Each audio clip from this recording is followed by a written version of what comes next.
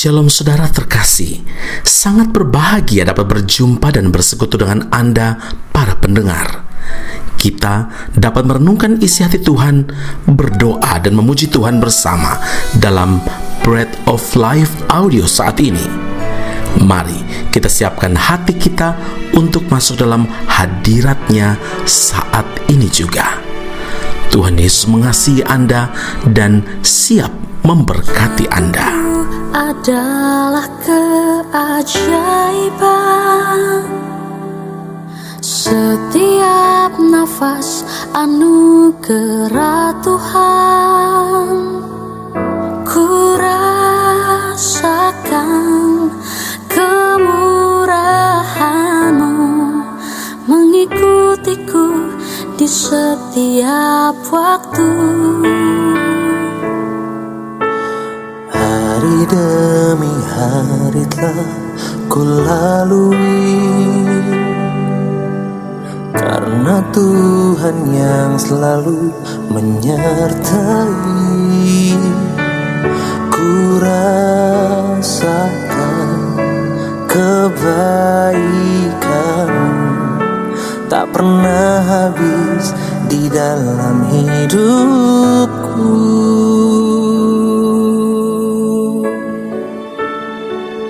Tuhan, ku berterima kasih untuk hidup yang Tuhan beri.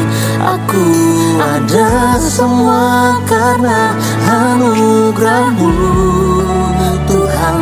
Apapun yang ku alami, ku mau selalu bersyukur, sebab Tuhan teramat baik bagiku.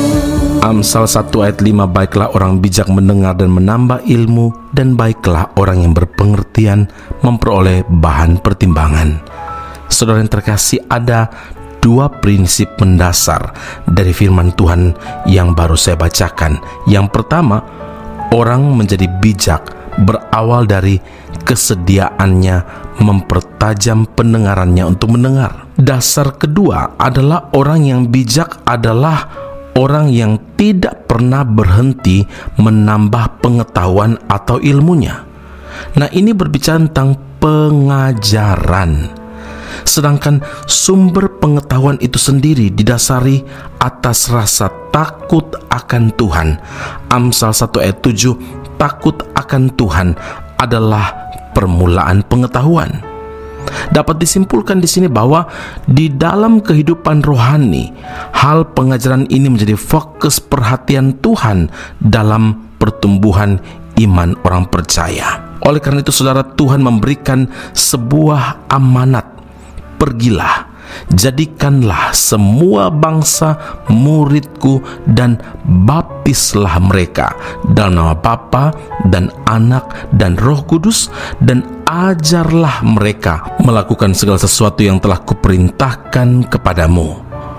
Kata "lah" dalam bahasa Indonesia itu bertanda bahwa kata itu identik dengan sebuah perintah, dan kata "jadikanlah" ini berbentuk perintah atau imperatif aktif yang harus dilakukan secara terus-menerus dan berulang-ulang. Jadi perintah untuk pergi dan menjadikan semua bangsa murid Kristus Yesus merupakan kata kunci dan juga komitmen yang harus dikerjakan. Amanat Tuhan ini ada di bahu setiap orang percaya, ada di pundak setiap orang percaya, dan kita harus menaati apa yang Tuhan perintahkan ini. Sebab tugas pemberitaan Injil ini bukanlah sebuah pilihan, tapi merupakan suatu perintah yang tegas dari Tuhan kita. Saudaraku, Rasul Paulus menyadari betapa pentingnya tugas pemberitaan Injil ini. 1 Korintus 9 ayat 16, karena jika aku memberitakan Injil, aku tidak mempunyai alasan untuk memegahkan diri, sebab itu adalah keharusan bagiku. Celakalah aku jika aku tidak memberitakan Injil. Nah, orang percaya adalah duta-duta Kristus di tengah dunia ini. dimanapun kita berada dan kemanapun kita pergi, kita sedang melakukan sebuah misi, yaitu memberitakan Injil dan memperkenalkan Kristus Yesus kepada semua orang. Memberitakan Injil tidak harus selalu pergi ke sebuah tempat yang jauh, tapi memberitakan Injil dapat dilakukan di lingkungan yang terdekat dengan kita. Pertanyaannya adalah, bersediakah kita melakukan apa yang Tuhan perintahkan atau tidak? Ingat, suatu hari kelak setiap kita harus mempertanggungjawabkan di hadapan Tuhan hal tentang seberapa serius kita mengerjakan amanat agung ini. Amin. Mari kita berdoa. Bapa Surgawi, terima kasih Tuhan Yesus untuk pengajaran firman Tuhan di saat ini. Kami percaya Tuhan, Engkau inginkan supaya iman kami itu bertumbuh, dan iman itu bertumbuh dari pendengaran akan firman Kristus. Ketika kami mendengar, maka kami taat melakukannya, dan ketika kami taat melakukannya, Engkau akan membalaskan dengan apa yang menjadi rencana dan semua kebaikan-kebaikan yang sudah Engkau sediakan bagi setiap kami. Ya Tuhan, terima kasih Tuhan, karena amanat agung Tuhan ini bukan diperuntukkan untuk 1-2 orang saja, tetapi setiap orang percaya, dan kehidupan kami adalah surat Kristus yang terbuka, yang dapat dilihat, dibaca oleh semua orang. Dan biarlah Tuhan, Roh Kudus kuasai kami, supaya kami selalu jadi berkat. Kami bukan jadi batu sandungan bagi saudara-saudara kami, bagi sesama kami. Kami percaya Tuhan, kalau kami berjalan dengan Tuhan, maka kami tahu apa yang harus kami katakan, apa yang perlu kami perbuat, dan kami juga tahu ketika kami melakukannya, Engkau Allah Tuhan yang akan memberkatinya. Terima kasih Bapa di surga. Kami berdoa mengucap syukur, biarlah setiap pengajaran yang kami terima dari perenungan-perenungan kami akan membawa kami untuk melakukan firman-Mu, memberitakan kasih, kabar baik kepada semua orang yang memerlukan Tuhan Yesus. Ini doa, puji, syukur kami kepada Allah yang hidup. Di dalam nama Tuhan Yesus kami telah berdoa dan mengucap syukur kepada Bapa di surga. Haleluya. Amin. Tuhan Yesus memberkati Anda. Sampai jumpa. Keep on growing and never give up. Tuhan, ku mau menyenangkan-Mu. Tuhan, bentuklah hati ini jadi bejana untuk hormat-Mu, cemerlang bagai emas murni. Tuhan, ku serahkan hatiku, semua ku berikan padamu. Kuduskan hingga tulus selalu.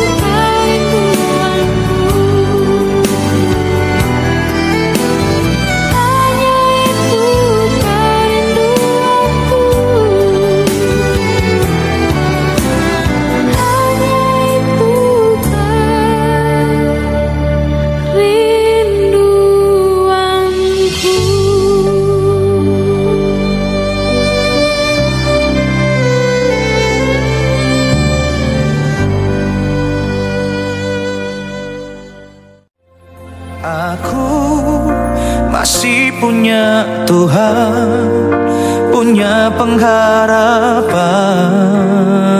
Pendengar Bread of Life audio yang terkasih, kami memuji dan memuliakan nama Tuhan untuk setiap doa-doa yang kita naikkan bersama dan yang telah Tuhan jawab dengan cara yang ajaib. Tetap berharap dan andalkan Tuhan, karena janjinya pasti tergenapi dalam kehidupan setiap anak-anaknya yang berharap dan bersandar padanya. Saat ini, tim doa bola Bread of Life audio telah berganti nomor telepon ke +60 10 311 2789.